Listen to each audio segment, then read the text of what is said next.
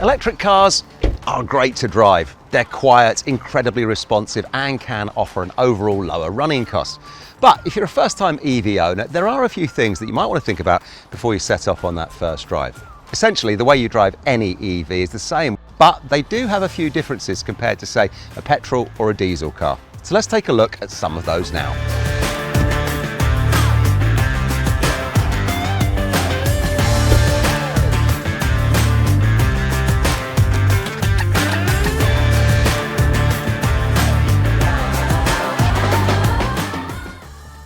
The first thing we need to talk about is acceleration. With an EV, the torque is delivered immediately, so the acceleration you feel may be quicker than the car that you're currently driving at the moment, and that acceleration can take you by surprise. So to begin with, just take it steady until you get a feel for the car.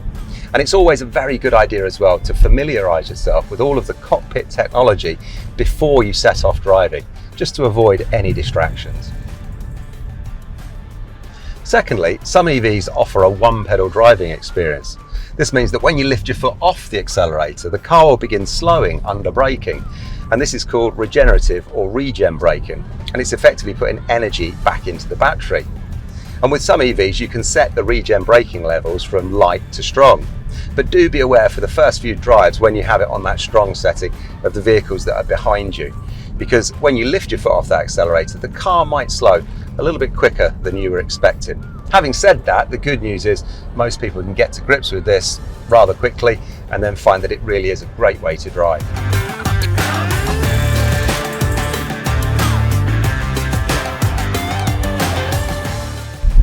The advantage of one-pedal driving is that you're able to start and stop the car in most traffic conditions using just the accelerator pedal. But at first, it's important to reassess your braking distances while you're getting used to the car. Now in EVs, this is particularly important because they are heavier than conventional cars due to the battery packs that are on board. And this is particularly noticeable in wet or wintry conditions. So take time to get accustomed to the car's handling, and where you can, try to apply smooth acceleration and braking. One of the unique things about EVs is that they're incredibly quiet. But because of this, you do have to be extra careful at low speeds and in pedestrianised areas such as car parks or outside schools, because the reduced noise of your EV will make it harder for cyclists and pedestrians, particularly those who may be visually impaired or easily distracted, from hearing an approaching EV and react accordingly. Animals too may not be quite so quick to hear you coming. And lastly, planning your journey.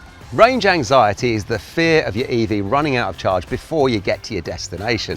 And it can be a common concern for new EV drivers, especially as you start to head further away from home. However, as the charging network and charging options for owners is rapidly increasing, as is the overall capable range of a modern EV, safe to say this is fast becoming less of an issue. It is useful, however, to familiarise yourself with your EV's typical real-world range and know just how far you can go on a full charge. And for longer journeys, obviously make sure that your EV is fully charged before you set off.